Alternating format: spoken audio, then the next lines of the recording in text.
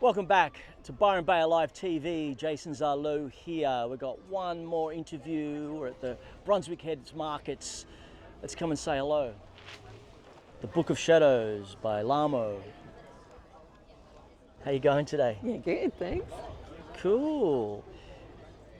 All right, so we've got a book here, the Book of Shadows, the Little Book of Shadows. Book of Shadows. Which very curious about. Yeah. Just a bit of background. So you were saying you were based on the Gold Coast, the first market you did in Burleigh. Brunswick Heads? Yeah, this is our first Brunswick In the Heads. Shire? Yep. And what generally attracts you to the Shire? Have you been down here before on holidays? You come and hang out?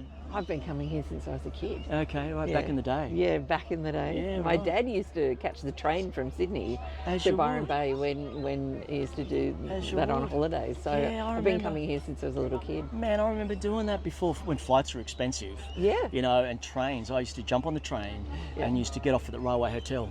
It was like a 13-hour Going to train Byron ride. was like stepping into a magical land. Yeah, it was. It yeah. is a beautiful, magical place. Yeah. So, what's your little bit of background? What's the inspiration of writing this book here? This, in a nutshell. Well, it was either fierce love or fierce frustration Yeah, from sure. taking feminine wisdom to a circle of midlife men.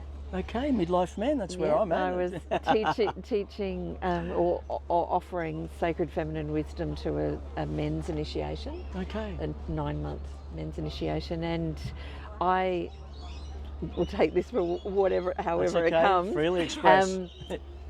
The guys are a generation at least behind the women emotionally, Okay. and A generation in a like specifically. in their emotional wisdom. What era? and, Like Gen X's, Gen Z's, just generally men in general. Just at least 25 years. Just So I had worked as an with. example, like in the age group, like they're 25 years behind.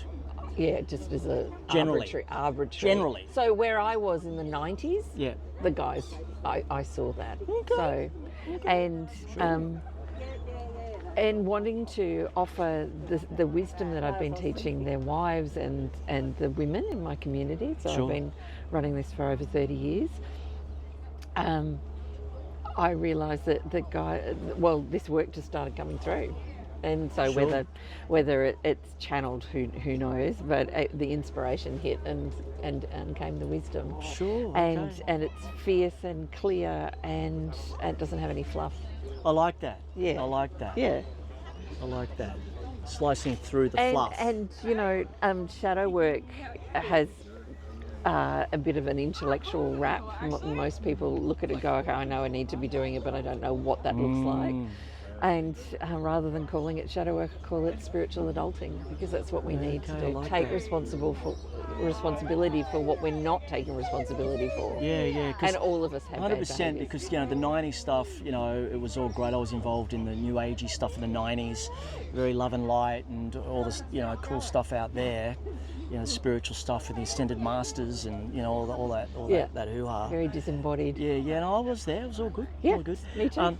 But it helped me meditation and creative visualization. I mean, the first book I read on the topic when I was 21 was Shakti Gawain's Creative Visualization, and it was really good. So it put me on this, journey of self-seeking. Yep.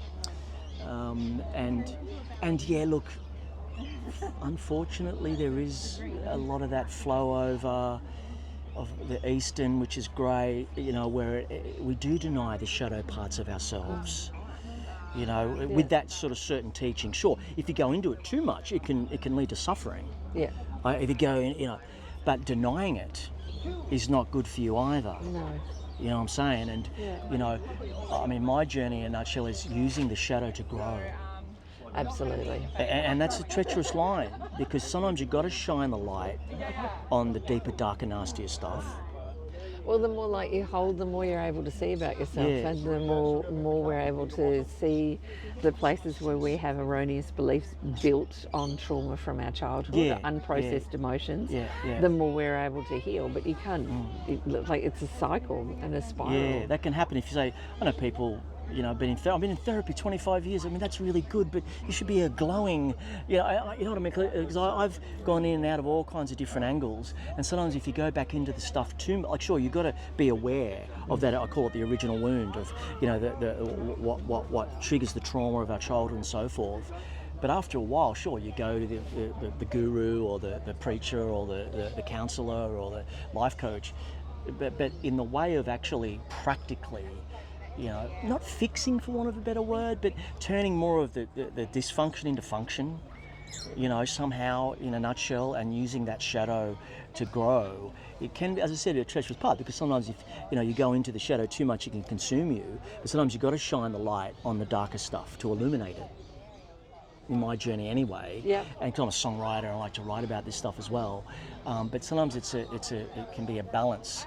But obviously, there is a lot of denial. I don't know. I mean, this is my journey as well, of denying some of these parts of ourselves. There's a whole shadow and denial in there. Yeah, and that's why I was attracted to the Book of Shadows, because we're going to, shadow work can get a bit dark and deep and all that stuff. But ultimately, it's the fast track home to your light. Yeah, I like that. It's See, fast track to love. Yeah, and it involves it involves going back and looking at our trauma, but it doesn't mean. I hear what you're saying. Yeah, what I'm hearing from you saying is that, to stay there is not useful. Yeah. And look, I don't think taking 25 years in therapy is useful either.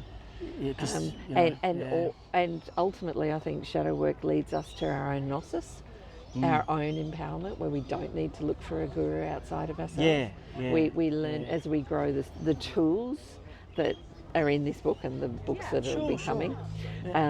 And other books like that, because there's so many out there. Yeah. We pick up the tools to be able to keep working on ourselves until life gets easier. And I like that, the simplicity.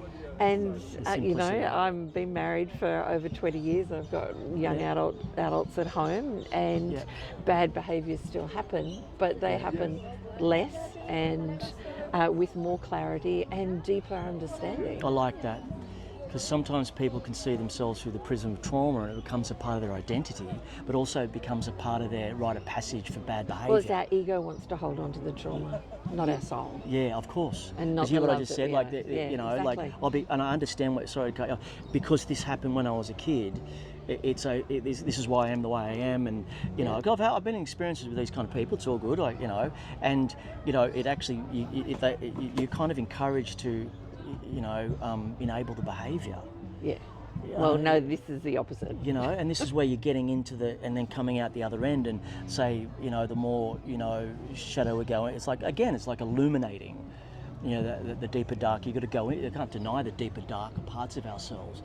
But I think it's a fine line, because you can actually get too into it too much, or then too fluffy too, where I don't want to hear about all that negative stuff, Zalu, take it somewhere else, and you're like, well, yeah, but the way to really, do you believe we can really solve our? Because some therapists go, it's always there, it's never going to go away.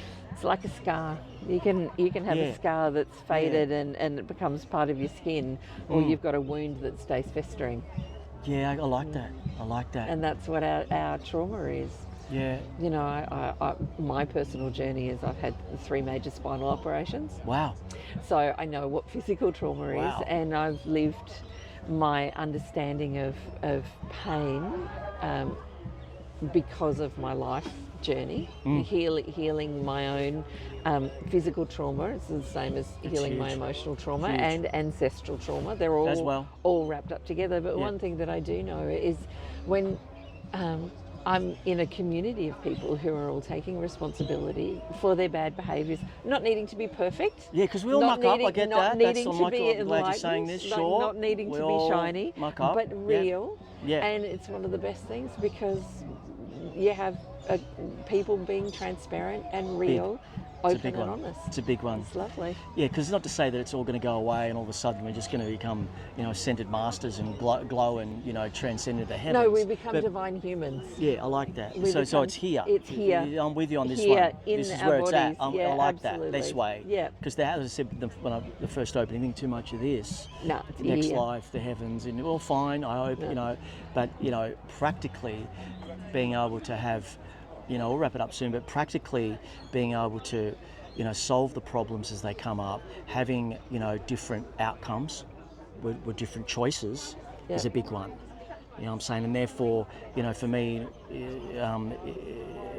you know, strong, healthy boundaries, self-care, self-love, protection of my mental health is a big one. You know, but not to say there's certain players, actors will come in, and I'm more aware of it. And for me, it's simply chocolate vanilla chews. Just maybe I just don't choose that anymore without going into it, because I know the patterning, you know, is a huge You've become self-aware.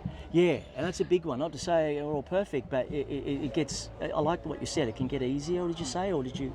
Well, I think some parts get easier, other parts get harder, because we're asked to confront who we really are. It depends on how much meaning you want to grow from it. But one thing that it does do is it helps us become spiritual adults. And that's what we need. I like that. Which is why we've called it spiritual adulting. I like that. Okay, we'll wrap it up. Thanks for listening. Please subscribe to the channel. We'll definitely put a link in the description below. The Little Book of Shadows signing off. Zalu. Take care. Love life. See ya.